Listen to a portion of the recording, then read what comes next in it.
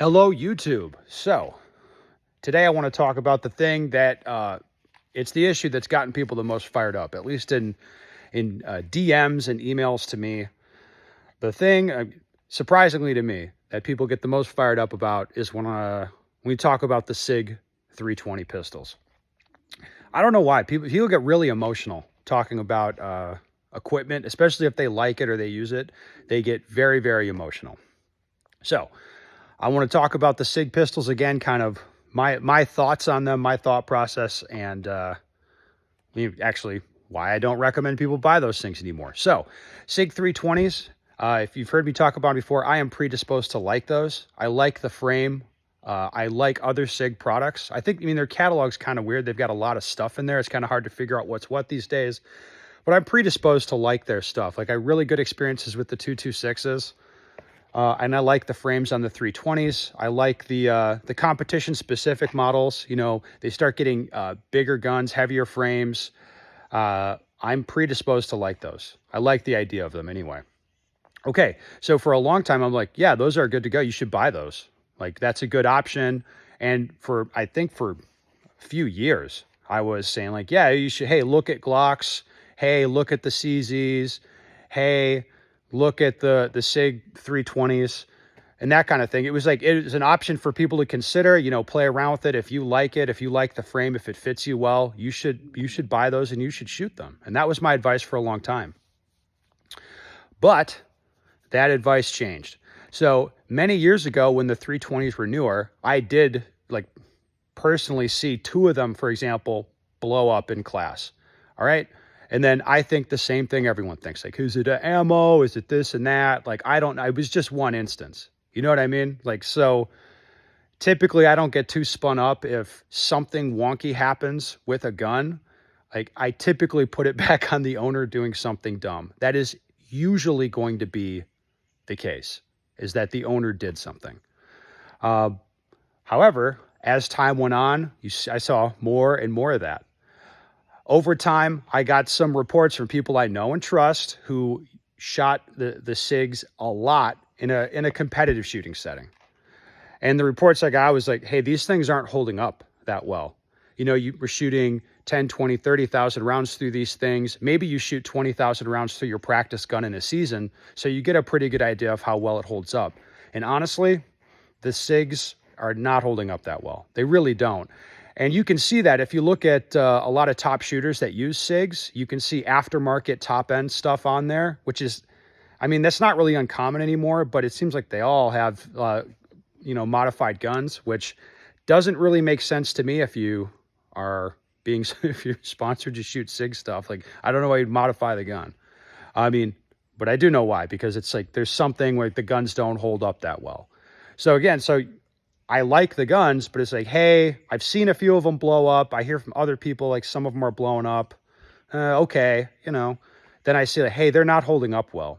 So at that point for me, this was, I don't know, 3 years ago. I had SIGs on order at that time when they were hard to get. I think during COVID, they were hard to get, and I had some order. I was like, yeah, I just cancel those. I'll just get something else and shoot those, something that'll hold up better. Again, people I know and trust are showing me their experiences with their pistols, and I was like, yeah, these just aren't going to take the abuse that I put on them, and I just don't want to deal with those issues, so I will just buy something else. At that time, I thought about it, and I was like, I got to stop recommending people buy these things. There's issues. I personally would not buy them anymore. So I'm not going to tell people to consider them anymore. So I stopped recommending that people look at the Sig 320s. Okay. Now, time marches on. And in the meantime, now we've seen lots of Sig pistols blow up. At this point, I'm pretty convinced it's not ammo. Like, for sure it's not ammo. Why? Because so many people can message me. So I talk to a lot of people, and there are guys in military units or law enforcement guys that have issues. They'll have catastrophic failures in the SIGs with all factory stuff, with unmodified guns and factory ammo. So I look at that and be like, yep, okay. Now, was that surprising for me? A little bit, because I would think it's ammo. Like, I'm the same as anyone else. Like, you see a a pistol like cook off. It's like, yeah, it's probably the owner's probably a dumbass and probably did something with the ammo. However, like, no, I've seen enough at this point. Like, I'm certain it's not well, ammo maybe contributes to it, but it's not just the ammo. Like, there's something wrong with the pistols. I don't know what's wrong. Okay. Now, this is where a lot of people start getting upset. They're like Bruce Gray is a good example. So he puts stuff online. He's like, oh, hey, guys have this theory about the pistol doing this, and they're wrong about it. Like, it doesn't work that way. I don't really think about it that way. I can barely field strip a Glock. I don't know. I'm not going to pretend I know what the problem is, but I know that there's a problem. So when somebody says there's not a problem, I'm just like, yeah, okay. Right. And that's Gray Guns. Like, Bruce Gray has every reason to be dishonest about this. And he's either deluded or dishonest at this point. He put out a video saying in 100% of the cases, it's ammo causing like the SIG cook-offs. And I'm just like, nope. Like, I know that that's not true. I know that's not true. So it's like, that's kind of what you're dealing with. Now, moving on to the what do they call it? Uncommanded guns going off. Again, I think the same thing as anyone else. The first time you hear about these lawsuits or, oh, hey, these cops are saying the guns are just going off in their holster. Okay, I think the same thing as anyone else. It's like, okay, that cop cooked one off and is lying about it, you know? Or there's an obstruction in the holster. It's the wrong holster. Like, guns don't just go off by themselves. Like, I know that. However, like, you see enough stuff and you're like, well, maybe they do. Now, I put a video up on the channel, I don't know, last week of a gun in a holster. He's like, I see the same thing you guys see. I see a gun in a holster. It goes off, but the cop's bending around and twisting up. Could there be, like, the other cop's keys went in there? Like, I don't know what happened in that case exactly. I really don't. I see what you see on the video. However, with the body of, like, all of these different situations, like, I have information that SIG has paid people who got injured in these cases, and these people have signed NDAs, like, incredible information. Like, I believe that's happened. All right. But at the same time, the story from SIG, like, the SIG's defense in these cases is, hey, nobody's proved it in court. Like, they've gone to court 3 times and, I mean, successfully defended the lawsuits. Now, in that case, when they go to court, you need to have an expert say, no, this is precisely what happened. We can prove it. We can reproduce it. That needs to be a very credible person that has a resume, all that stuff. That's difficult to do. But that's a very different bar than I operate on. Like, I don't give a shit about proving anything in court. I'm just looking at this. I think it's unethical to tell people to buy these things, right? That's where I'm at. And I look at it and be like, yes, there's issues. And SIG's defense is nobody's proved it in court. And I just don't find that very persuasive, to be honest with you.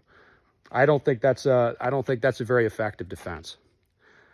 So where do we leave it? Like, yeah, I'm predisposed to like the SIG pistols. I do think there's issues. I don't really know what the cause is. Personally, I don't really care. I'm not an engineer. I'm not going to try to solve the problem. I don't care. I mean, this is for other people to decide. But it's definitely fun to talk about it. Hell, in the class I had yesterday, when a cop was in the class, he's like, yeah, SIG's the reason we carry Glocks. Because we've got less than 100 officers in our department, and we had 4 catastrophic failures with the SIGs. And we're like, yep, okay, we switched to the Glocks. Okay, and I hear the same kind of stuff from a lot of people. I mean, again, and this is like, I'm predisposed to like the SIGs, but it's like, SIG made me just like, fuck, I can't use I can't tell people to buy these things. I don't like going on jobs where if I have to shoot like an M18 with Army ammo, like, I hate it. I don't like that gun anymore. All right. So anyway, that's my view of the SIGs. I want to like them, but SIG made me not like them. The people, like I don't believe anything SIG says. Honestly, I don't find them credible as a company. I don't like the corporate, from the people around SIG. When you start discussing sensitive issues, it's just crickets from them. They don't tell you anything. Glock, for example, like, I put out a video, I don't know, a month or 2 ago. Like, I was very disappointed where I'm seeing all these Glock guide rods breaking because they don't break. Like, shooting like the factory Glock recoil system. Like, I've had those in my guns for years, never changed them. Never. Shoot 50,000 rounds on a recoil spring, never change it. It doesn't break. There's not a problem. Okay. And it's been that way for years. All of a sudden, the last year, we're seeing these guide rods are breaking all over the place. And, the front of the guide rod flies out, the gun shuts down. It's like you say, hey, what's going on here?